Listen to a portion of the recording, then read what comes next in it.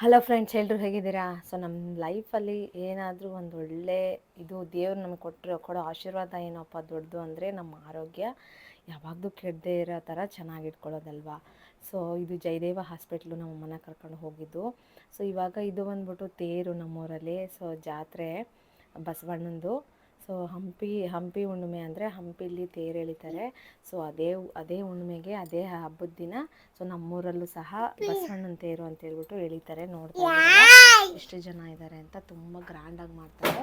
So ಇಲ್ಲಿ ನೋಡಿ ನನ್ನ ಮಗ ಜಾತ್ರೆಯಲ್ಲಿ ತಂದಿರೋ ಕಾರ್ ತೊಗೊಂಡು ಹೆಂಗೆ ಆಟ ಆಡ್ತಾ ಇದ್ದಾನೆ ಅಂತ. ಸೊ ಈಗೆಲ್ಲ ಬೇಸಿಗೆಗಾಲ ಅಲ್ವಾ, ಎಲ್ಲ ಕಡೆನೂ ಜಾತ್ರೆ ತೇರು ಎಲ್ಲ ಈಗ.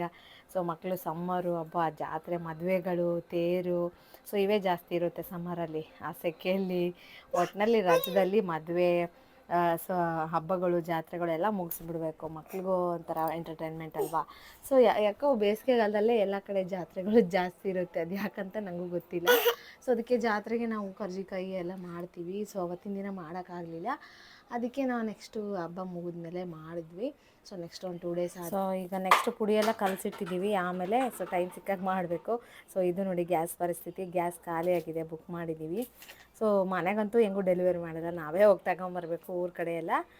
ಸೊ ಚಿಕ್ಕ ಗ್ಯಾಸು ನಾವು ಯಾವಾಗಲೂ ಒಂದು ಇಟ್ಕೊಂಡಿರ್ತೀವಿ ಮುಂಚೆಯಿಂದನೂ. ಇವಾಗ ಗ್ಯಾಸ್ ಪ್ರಾಬ್ಲಮ್ ಬಂದಾಗಿಂದ ಅಲ್ಲ. ಸೊ ನಮ್ಮಮ್ಮ ಅವರು ತುಂಬಿಸಿ ಇಟ್ಕೊಂಡಿದ್ದಾರೆ. ಸೊ 2 ಸಿಲಿಂಡ್ರ್ ಇಲ್ಲ ಅವ್ರ ಹತ್ರ. ಸೊ ಹೆಂಗಾರು ಆಗಲಿ ಅಂಥೇಳಿ. ಸೊ ನನ್ನ ಮಗ ನೋಡಿ ಚಿಕ್ಕ ಚಿಕ್ಕ ದೇವ್ರುಗಳನ್ನ ಇಟ್ಬಿಟ್ಟು ಹೆಂಗೆ ನಮಸ್ಕಾರ ಮಾಡ್ತಾ ಇದ್ದಾರೆ. ಸೊ ಇವಾಗ ಕರ್ಜಿಕಾಯಿ ಮಾಡ್ತಾಯಿದೆ ನಮ್ಮಮ್ಮ. ಸೊ ಈ ರೀತಿಯಾಗಿ ಎಲ್ಲರಿಗೂ ಗೊತ್ತೇ ಇರುತ್ತೆ ಕರ್ಜಿಕಾಯಿ ಮಾಡೋದು ಅಂತಂದರೆ. ಒಬ್ಬೊಬ್ಬರು ಒಂದೊಂದು ಥರ ಕಲಿಸ್ಕೊತಾರೆ ಅಷ್ಟೇ. ಸೊ ಕಡಲೆ ಬೀಜ ಹಾಕಿ ನೀವು ಟ್ರೈ ಮಾಡಿ. ಸೊ ತುಂಬ ಟೇಸ್ಟ್ ಅನ್ನೋದು ತುಂಬಾ ಚೆನ್ನಾಗಿರುತ್ತೆ. ಚಿಕ್ಕದಾಗಿ ಮಾಡಿದ್ರೆ ತುಂಬ ಚೆನ್ನಾಗಿರುತ್ತೆ. ತುಂಬ ಜನ ದೊಡ್ಡದಾಗಿ ಮಾಡ್ತಾರೆ. ಸೊ ಅವ್ರವ್ರ ಅನುಕೂಲ ಹೇಳಿ, ಅವ್ರಿಗೆ ಯಾವ ರೀತಿ ಮಾಡಿ ಅಭ್ಯಾಸ ಇರುತ್ತೆ ಆ ರೀತಿ ಮಾಡ್ತಾರೆ.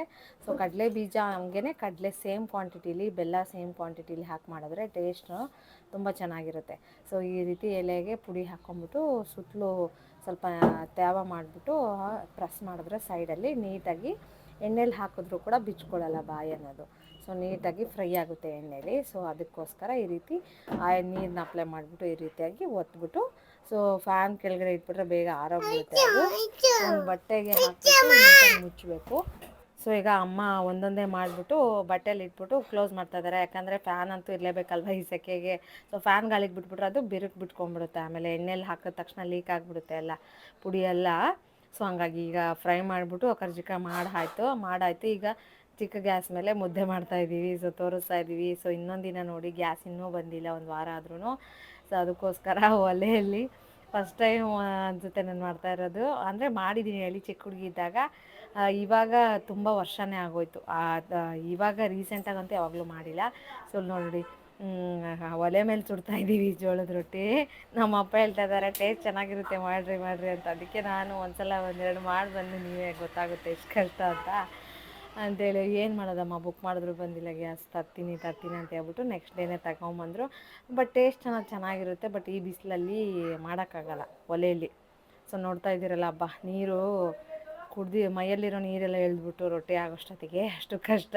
ಈ ಬಿಸಿಲಲ್ವಾ. ಸೊ ಮಾಮೂಲಿ ಚಳಿಗಾಲ ಮಳೆಗಾಲ ಅಂದರೆ ಏನು ಅನ್ಸಲ್ಲ ಹೇಳಿ. ಸೊ ಬಿಸಿಲುಗಾಲ ಆಗಿರೋದ್ರಿಂದ ಸ್ವಲ್ಪ ಮಾಡೋದು ಕಷ್ಟ ಆಗುತ್ತೆ.